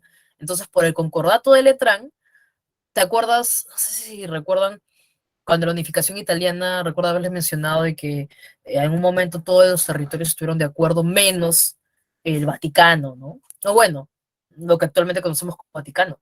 Bueno, pues Mussolini, para tener a la iglesia de su lado, por el concordato de Letrán, va a crear, va a reconocer pues al Vaticano, la autonomía que tiene el Vaticano, ¿no? Aparte también, y esta es una característica típica del fascismo, como les decía, es el expansionismo territorial, ¿no? Y también la exaltación de la violencia, la justificación de la guerra, y eso también lo vemos en el caso italiano con la invasión a Etiopía y Albania. No sé si se acuerdan que también Etiopía era como que un problema que tenía pendiente Italia porque no lograron vencer a este imperio etíope en el siglo XIX, en pleno imperialismo, cuando a Italia le tocó invadir ese territorio, ¿no? Entonces, hay que tener en cuenta, ¿ya? Hay que tener en cuenta cómo va actuando Mussolini, ¿ya? Es el duce, finalmente es primer ministro, pero en la práctica él era el jefe de Estado, ¿no? Te decía que se manipula mucho la población y también hay mucha captación de jóvenes a través de la propaganda. Y el caso quizás el caso italiano, aquí tenemos a unos jovencitos que ya son formados pues en temas militares, pero sobre todo son formados en la exaltación del duce, en justificar, ¿no? Todo esto. Son como que pequeños soldados, ¿no? Y acá vemos un desfile donde están los llamados hijos de la loba, ¿no? Por la loba capitolina, esta loba luperca que habíamos visto de la tradición de Rómulo y Remo, ¿no? También hay mucho tema histórico, hay mucha referencia a la gran historia de Italia, por eso te decía que eligió ese símbolo, que son las ramas, las barras, perdón, de abedul, que es un emblema de poder militar, pero también significa la unión y hace la referencia al gran momento de Roma que fue el imperio romano, definitivamente, ¿no? En el caso de Hitler, también hay algunas similitudes, ¿no? Y lo más interesante, que a mí me gusta de esta parte de la historia es que Hitler admira a Mussolini, no al revés, ¿no? Mussolini, cuando Hitler se presenta, prácticamente no lo reconoce, lo ningunea, en fin. Y finalmente esta alianza que se da, esa cercanía que tienen los dos, porque vas a encontrar muchos, muchos momentos en los cuales los dos van a estar juntos, muchas fotografías y todo ello, es por el poderío militar que tiene Alemania, ¿no? Y que le conviene obviamente a Italia, ¿no? Pero no tenía la mejor imagen Mussolini de Hitler, ¿no? Pero en el caso de Hitler, sí se inspira mucho en lo que hace Mussolini, ¿no? Él quería tener su propia marcha sobre Roma. Bueno, en este caso, el origen es el Partido Nacional Socialista Obrero Alemán, que lo conocemos como partido nazi. Como te decía, Hitler había entrado a este partido, se había encargado de la propaganda y en un momento decide pues que ya basta de la crítica, de la inacción y hay que hacer algo, ¿no? Quiere su propia, como te digo, marcha sobre Roma. Hay un intento de golpe de Estado que es el Putsch de Múnich, ¿no? Es un intento fallido, no hay muchas personas, se organizan en esta cervecería, pero no es digamos, esta acción, no tiene un gran impacto. ¿Ya? Más bien lo que va a pasar son dos cosas. Hitler va a ser encarcelado, pero Hitler va a tener muchos seguidores y esto va a hacer que él salga rápido de prisión, pero mientras está en prisión, él escribe el llamado, pues, Mein Kampf, ¿no? Que lo conocemos como Mi lucha, donde están, en este escrito de Hitler está, nos deja bien claro toda su ideología, todos los principios en los cuales él se va a mover cuando esté en el poder. Por un lado está el rechazo, el repudio al Tratado de Versalles, la superioridad racial, el antisemitismo, el anticomunismo y sobre todo pues el llamado Lebensraum, que lo conocemos como el espacio vital, que eso es algo que no lo inventa Hitler, eso es un concepto geopolítico en el cual te dice pues que una nación es como un organismo vivo y que necesita eso, ¿no? De un espacio vital para poder desarrollarse. Y si ese espacio no es suficiente, es prácticamente para justificar la expansión, ¿no? Y por otro lado también te mencionaba el pangermanismo, que es, bueno, él busca unificar a todas las naciones de origen germano, pero está otra vez vinculado a la expansión territorial, a la invasión de territorio, etcétera, etcétera, ¿no? Eh, Esto está ocurriendo 23, 25, que como te decía, Alemania va a depender mucho de los préstamos estadounidenses. ¿Y cuándo es el momento en el cual ya Hitler tiene toda la atención?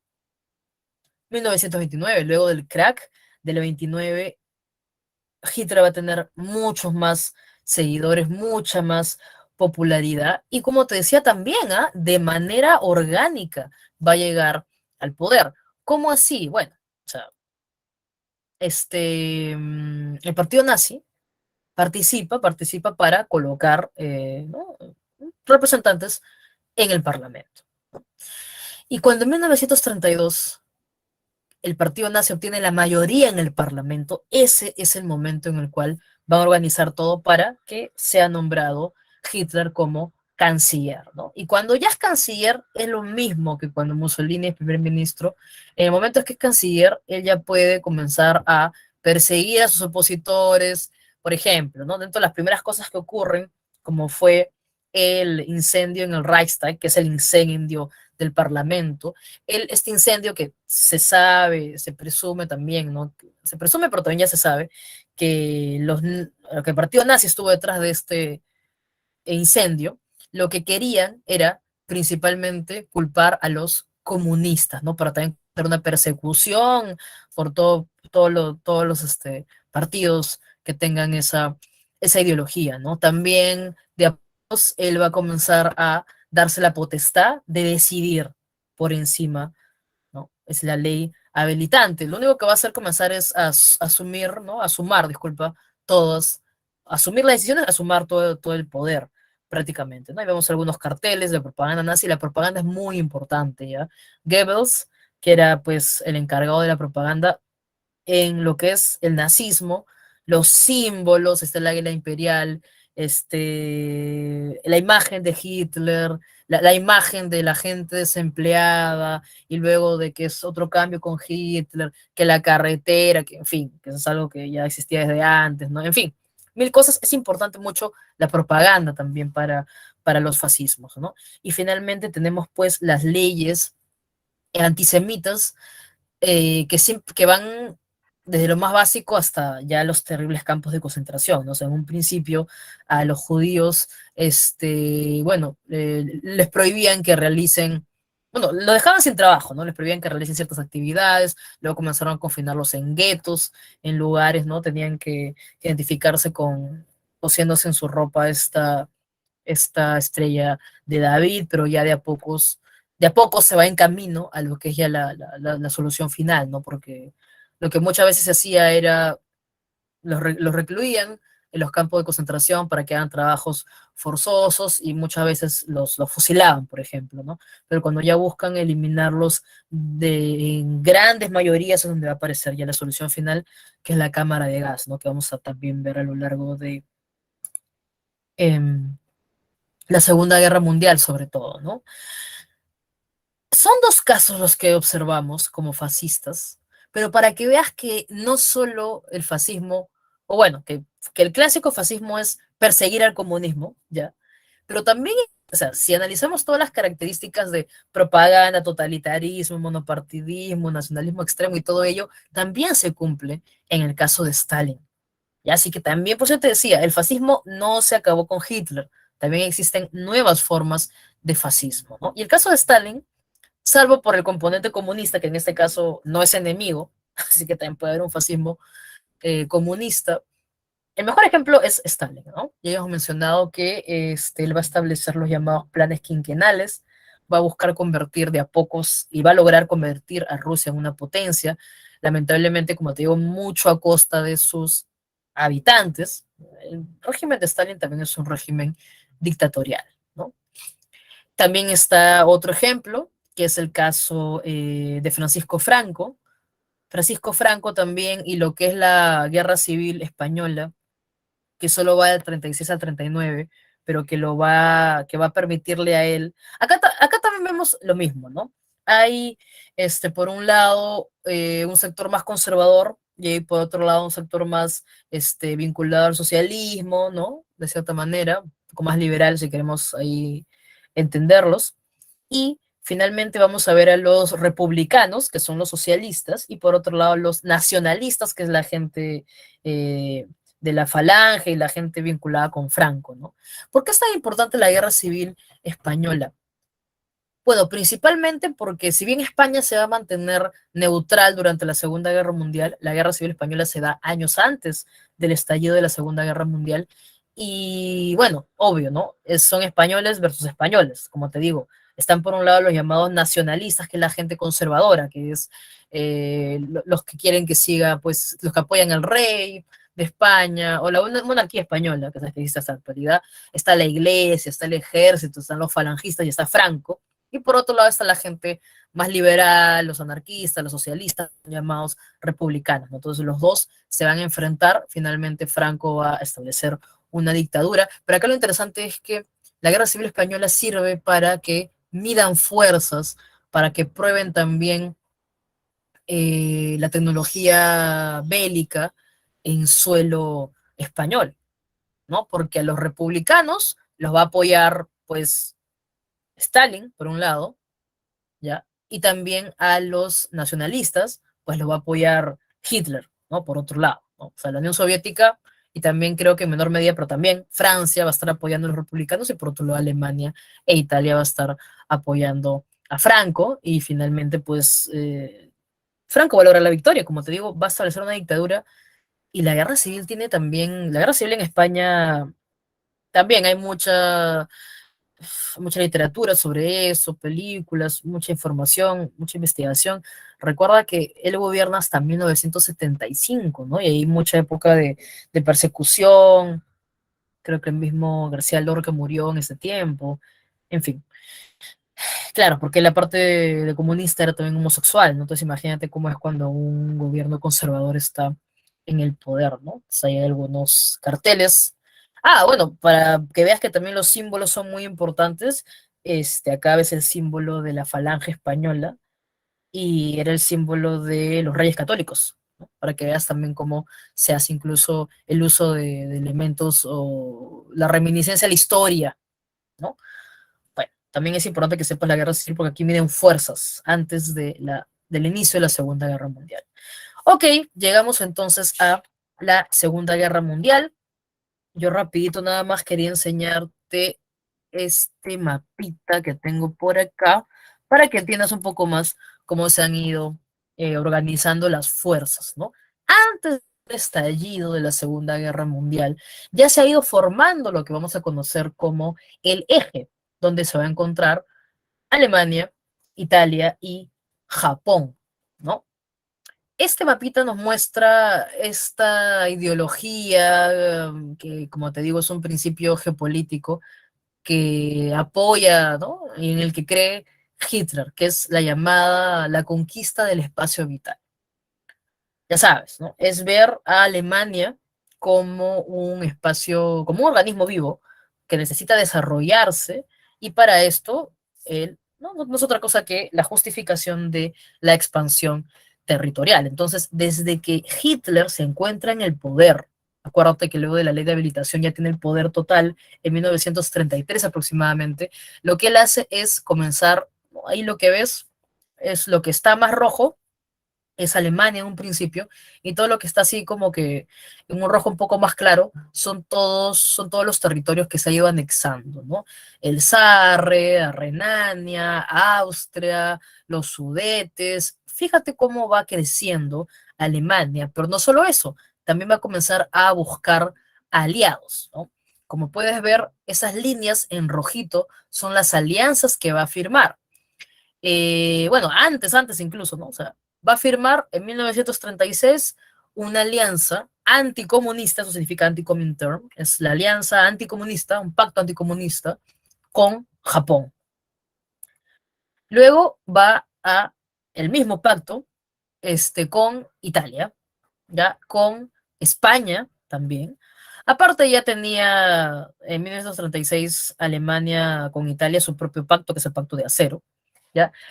Y finalmente en el 39 se firma otro pacto. O sea, acá ya quiero que entiendas que o sea, España no participa, ya España es ¿no? Neutral, pero sabemos que esta neutralidad y esa no acción también obviamente beneficiaria, ¿no? Entonces, para que más o menos entiendas quiénes son los amigues de Alemania: Japón, Italia y España. Con Italia tiene su pacto de acero, que es del 36. Con España y Japón tienen el pacto anticomintern, o sea, anticomunista. Y luego lo que está en amarillo es un pacto que le llama a la gente mucho la atención, que es un pacto Molotov-Ribbentrop, que es el pacto conocido como germano-soviético, ¿no? O sea, lo que está en amarillo es que Alemania va a firmar un pacto con la Unión Soviética. Y tú dirás, profe, pero ¿cómo va a firmar Alemania un pacto con la Unión Soviética si Hitler es anticomunista, ¿no? Porque obviamente Hitler no va a dejar de ser anticomunista, sino que simplemente es un pacto por un interés mucho más grande, ¿no? ¿Cuál es este interés? Ellos en este pacto lo que están haciendo es dividirse Polonia. El plan es, ok, nos dividimos Polonia, tú Unión Soviética tomas tu parte de Polonia, yo tomo mi parte de Polonia, ¿y qué está haciendo Alemania? Estar cada vez más cerca de Rusia, porque ese pacto lo va a romper Hitler cuando decida invadir la Unión Soviética. O sea, ese siempre fue el plan. Y aparte, Hitler, y esto lo sabemos sobre todo cuando se comienza a desarrollar la Segunda Guerra Mundial, ya creo que podemos regresar a eso, cuando comienza a desarrollarse la Segunda Guerra Mundial y vemos que Rusia no invade rápidamente, Polonia sí, pero no invade otros territorios. Esto como que le da a Hitler, no sé, pues la idea de que Rusia no es la potencia que ostenta ser, ¿no? Y por eso es que también por una necesidad de recursos, ¿no? Para seguir sosteniendo la guerra, y porque piensa que Rusia no tiene, quizás, eh, los recursos, ¿no? Para poder hacerle frente, es que decide finalmente invadir la Unión Soviética. Pero bueno, nos encontramos aquí en la Segunda Guerra Mundial. Ya sabes que la Segunda Guerra Mundial va desde 1939 a 1945. Por un lado tenemos al eje, Alemania, Italia y Japón, versus los aliados, que ya los conocías, ya tenían ese nombre incluso desde la Primera Guerra Mundial: Francia, Gran Bretaña, Estados Unidos, que entra después, y la Unión Soviética. La Unión Soviética en un principio no está en ninguno de los dos, ¿ya? Por sus propios intereses ha firmado con Alemania, pero es para invadir Polonia principalmente, pero luego va a sumarse al bando aliado. Esto ya se lo mencioné semanas atrás. El plan de Alemania, que no salió en la Primera Guerra Mundial por el tema de las trincheras, siempre fue rápidamente atacar, no, o sea, invades Bélgica, todo, cruzas, atacas a Francia, la neutraliza, siempre ha sido eso. Invado Francia, la neutralizo y de ahí comienzo a organizar mi ataque a Gran Bretaña. En la Segunda Guerra Mundial sí funcionó. Hay que recordar que la primera fase es la llamada ofensiva. Decimos ofensiva del eje porque es Alemania, Italia, todos atacando, pero sabes que principalmente es Alemania. Ya, siempre las guerras terminan siendo Alemania contra todo, ¿no? Italia no llega a ser, en verdad, una gran potencia, y Japón tiene su propio enfrentamiento en el Pacífico contra Estados Unidos, que todavía no entra en la guerra. Ya, así que tenemos la ofensiva del eje, que en realidad es en un principio la ofensiva de Alemania. Tenemos la estrategia de la guerra relámpago, conocido como la Blitzkrieg. La guerra relámpago va más o menos desde el 39 al 41. Y a cualquiera bueno, a cualquier alemán, en este caso Hitler principalmente, bastante optimismo porque son victorias, ¿ya? Invade Polonia, luego pues ya sabes que va a llegar a invadir Francia y Francia va a estar repartido en dos territorios, ¿no? La parte del norte de Francia están los nazis y en la parte del sur de Francia se establece un gobierno entre comillas francés, que es el gobierno de Vichy, pero que en realidad es un gobierno pro-nazi, ¿no? En realidad si tú eras un francés de la oposición, no estarías en Francia, en todo caso ya hubieras tipo Charles de Gaulle, estarías en Gran Bretaña, por ejemplo, pidiendo asilo quizás, ¿no? Cuando ya tienen Francia, ahora hay que atacar a Gran Bretaña. Por eso se desarrolla el ataque aéreo a Inglaterra. No te olvides que siempre hablamos de el frente occidental, pero sabes que también la guerra se desarrolla en otras partes, como por ejemplo Alemania. Perdón, disculpa, como por ejemplo Alemania atacando en África, ¿ya? El Africa Corps van a ser pues los cuerpos, los soldados que estén encargados de invadir el norte de África. El plan era presionar a Inglaterra también, si tomaban el canal de Suez, ¿no? Que está, como sabes tú, en Egipto. Luego, como te digo, para sostener también la guerra, se rompe este pacto y se desarrolla la operación Barbarroja, que significa la invasión de Alemania a la Unión Soviética, ¿no? Principalmente por los recursos que tienen, cereales, carbón y también petróleo. Es sobre todo para sostener la guerra, ¿ya? Bueno, te decía entonces que luego ya se convierte, pues, ¿no? O sea, a ver, comienza la ofensiva alemana, pero luego ya la guerra adquiere dimensión mundial cuando invaden este, la Unión Soviética, y por otro lado tenemos ya el ataque de Japón, haciendo que Estados Unidos entre una vez a la guerra, ¿no? O sea, primero se da el ataque de Japón a la base aérea de Pearl Harbor en Hawái. Lo que querían atacar en realidad, más que civiles, era los depósitos de combustible que tenía, ¿ya? Pero no logran atacar los japoneses, no logran, digamos, un gran impacto en este ataque. Es un ataque más a civiles, ¿no? Que también es condenable. En fin, ¿no? Destruyen, eso sí, parte de la flota americana. Entonces, aquí ya comienza la llamada contraofensiva de los aliados, o sea, la defensa de los aliados, o también conocida como el ataque de los aliados, ¿no? Hablamos entonces ya de la apertura del frente, en donde ahora en el Pacífico, principalmente, ¿no? Vemos entonces que Estados Unidos va a derrotar a Japón en la batalla de Mar del Coral, la batalla de Midway principalmente, también los estadounidenses recién, ya sabes que ingresan pues 41 principalmente, van a llevar también refuerzos al África, donde Bernard Montgomery va a derrotar a Erwin Rommel, que era la cabeza de los Africa Corps. Esta batalla es la del Alamein, donde van a ganar oficialmente los aliados. Y es que, a ver, Alemania tiene una guerra en el norte de África, quiere también atacar a Reino Unido y también está invadiendo Rusia, ¿no? Es prácticamente imposible sostener todo eso.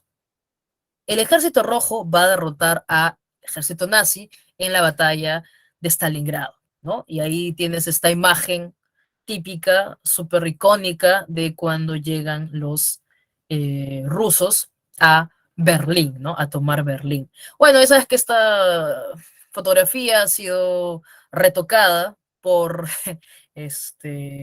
algo típico de la propaganda del gobierno de Stalin, porque en realidad creo que se había enroscado la bandera.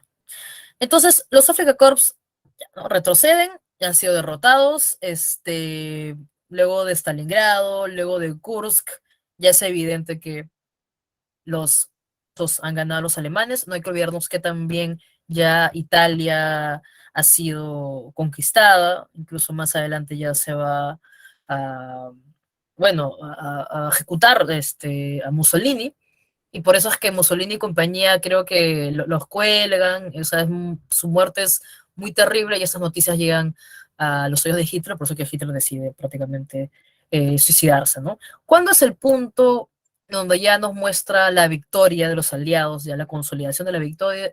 Es el llamado desembarco de Normandía, ¿no? La conocida operación Overlord, que todos conocemos como el día D.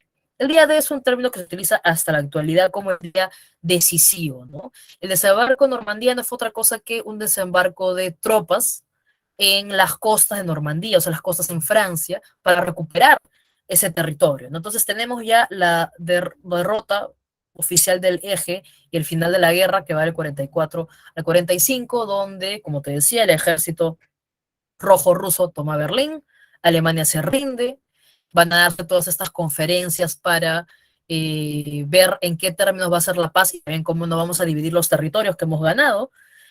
Y lo último, ¿no? Vamos a decir, este ataque decisivo de Estados Unidos para que una vez también Japón se rinda, porque ya está, chao Italia, chao Alemania, falta Japón, fue el bombardeo, lanzamiento de, esto se da durante ya el gobierno de Harry Truman, porque ya había enfermado pues, mucho Roosevelt. Este, bueno, Harry Truman ordena este proyecto, el proyecto Manhattan que se había desarrollado desde antes, y ordena el lanzamiento de las dos bombas atómicas en Hiroshima y Nagasaki. Y esto hace oficialmente que los japoneses firmen su rendición, ¿no? Bueno, habíamos conversado que durante el desarrollo de la Segunda Guerra Mundial, los nazis habían llevado a diferentes, no solo a judíos, también habían llevado a comunistas, testigos de Jehová, homosexuales, gitanos, a todos los habían llevado a los campos de concentración. Y también los japoneses tuvieron su versión, ¿no? De campos de concentración, donde sabes que además de trabajos forzosos, los médicos nazis practicaban pues terribles experimentos con las personas que estaban aquí. Así que dentro de las consecuencias tenemos por un lado los juicios que se van a hacer a todos los involucrados en estos campos de concentración. Son los llamados juicios de Nuremberg en el caso alemán y los juicios de Tokio en el caso japonés para todos los criminales de guerra, ¿no? Bueno, algunos autores te dicen que a los médicos alemanes sí les va peor que a los científicos alemanes que finalmente los llevan a Estados Unidos y son muy importantes para la carrera espacial, ¿no?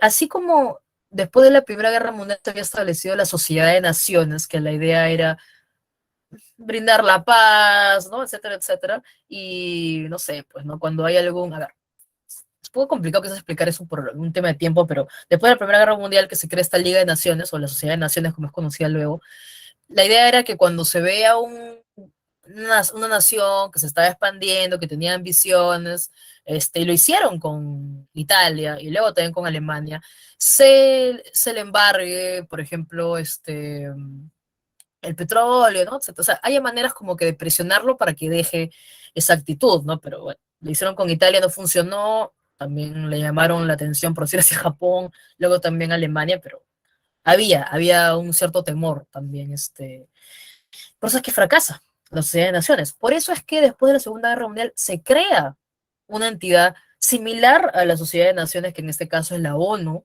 que la idea es que busque también, ¿no? La paz, el equilibrio y todo ello, pero sabemos que la ONU es distinta, ¿no? La ONU incluso tiene su ejército, ¿no? Que son los cascos azules.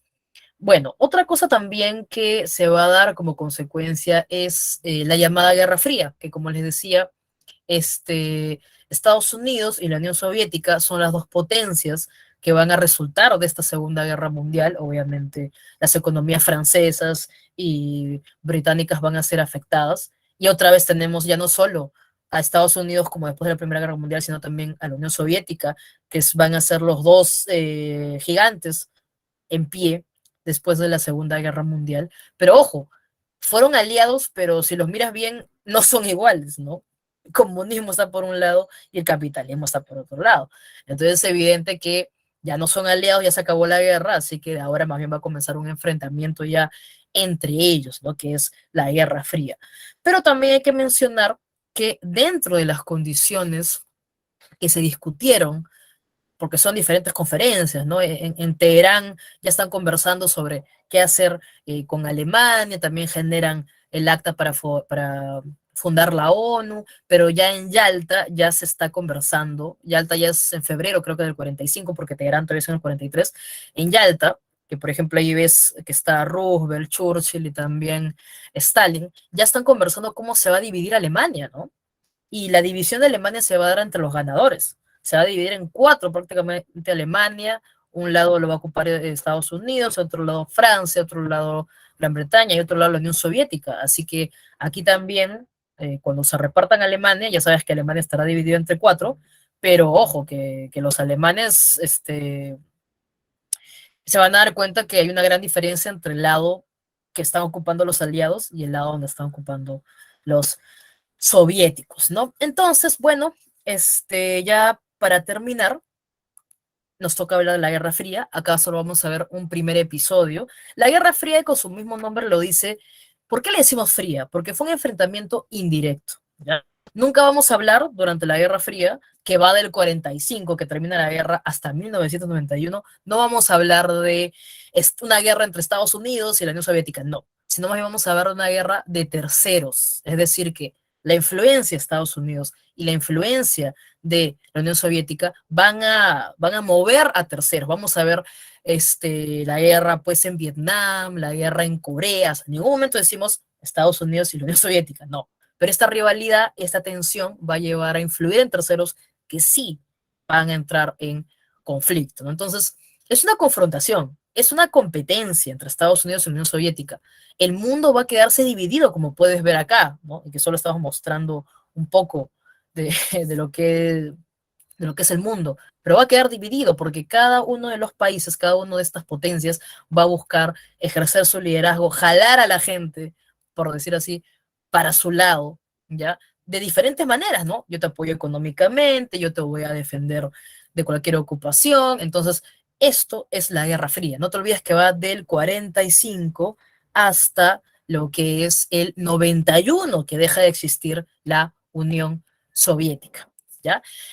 ¿Qué más? Esta tensión, este enfrentamiento va a ser en diferentes ámbitos, ¿ya? Ideológico, político, económico, y también la carrera armamentista, como estuvimos mencionando, ¿no? Acá lo vas a ver, ¿no? En realidad, luego vamos a seguir hablando, ¿ya? La próxima de cada 2 semanas nos toca hablar, este, ya, un ratito, ahorita ya estamos acabando. A ver, una cosa importante de entender es que la Guerra Fría se vuelve más complicada de acuerdo al líder que esté en ese momento, ¿no? O sea, en un momento un Harry Truman es mucho más ofensivo, pero quizás un Kennedy es un poco más, decir, conversar, ¿no? De cierta, no sé, ¿cómo decirlo? Este, mm, Cuando hablemos ya la próxima semana de lo que pudo ser esta crisis de los misiles, ¿no? O sea, digamos que depende mucho el liderazgo que haya en Estados Unidos o la Unión Soviética para hablar de una guerra fría un poco más violenta, ¿no? Depende mucho de los liderazgos, ¿ya?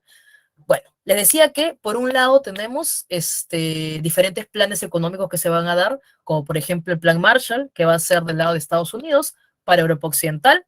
El caso es la Comecon, en el caso de la Unión Soviética para Europa Oriental. También hay la defensa militar, que es la OTAN en el caso estadounidense, y el Pacto de Varsovia en el caso de la Unión Soviética. Acá solo vamos a ver 2 episodios. Una es la carrera espacial, la competencia en quién desarrolla la tecnología para llevar a los seres vivos en el espacio. En realidad, los soviéticos tenían la delantera, ¿no? Tenemos el primer satélite artificial, tenemos el primer ser vivo con Laika, que tuvo un triste final, y luego tenemos el primer ser humano con Yuri Gagarin, el primer astronauta. Pero quizás Estados Unidos fue mucho más boom, ¿no? Cuando en 1969 logra el alunizaje, y todos conocemos pues un pequeño paso para el hombre, un gran paso para la humanidad con Neil Armstrong. Y el otro ejemplo es la Guerra de Corea, que es una división, chicos y chicas, que existe hasta la actualidad. Tú sabrás por qué en el norte de Corea está el gordito apocalíptico y en el sur de Corea bailan K-pop. No hay mejor manera de decirlo. ¿Por qué razón? Porque el norte de Corea recibió la influencia de la Unión Soviética y China, que ya hablaremos de acá 2 semanas cómo se convirtió el comunismo, y el sur de Corea recibió la influencia de Estados Unidos, bueno, Japón, que también va a estar vinculado con Estados Unidos, y la ONU también va a entrar en este asunto, ¿no? La idea, esto es súper sencillo como puedes ver aquí. Hasta Pictoline te lo explica también con tu infografía, ¿no? Lo que pasa es que cuando la Unión Soviética, y sobre todo cuando China se convierte al comunismo, están tan agrandados, ¿no? Entonces quieren apoyar a Corea del Norte para que invada Corea del Sur y de una vez se unifiquen bajo el comunismo. Pero ahí le pone el alto, como te digo, Estados Unidos, con el apoyo de la ONU, y defiende el sur e incluso llega a invadir parte del norte, hace retroceder a las fuerzas de Corea del Norte, ¿no? China al menos ayuda a Corea del Norte para que no pierda su territorio, porque imagínate que la ONU hubiera logrado con todo su ejército, Estados Unidos y compañía, concentrar todo, todo Corea, ¿no? Así que cada quien regresa a su punto, se establece el paralelo 38. Ojo, no ha habido una firma de paz, solo un alto al fuego. Armisticio es eso, alto al fuego, el armisticio de Panmunjom. Cada quien se queda en su lado y hasta la actualidad las dos Coreas se mantienen divididos y sabes que Corea del Norte tiene una política de aislamiento, ¿ya? Sé que ha habido conversaciones entre las dos Coreas actualmente, pero no están cerca de firmar la paz, ¿no? Sí, sí, hubo mucha evidencia de suicidios durante el crack del 29, porque imagínate que son personas que te lo perdieron todo de la noche a la mañana, ¿no? Perfecto, chicos y chicas, entonces quedamos aquí. Eso es todo. Saben que hemos volado también por el tema de los contenidos.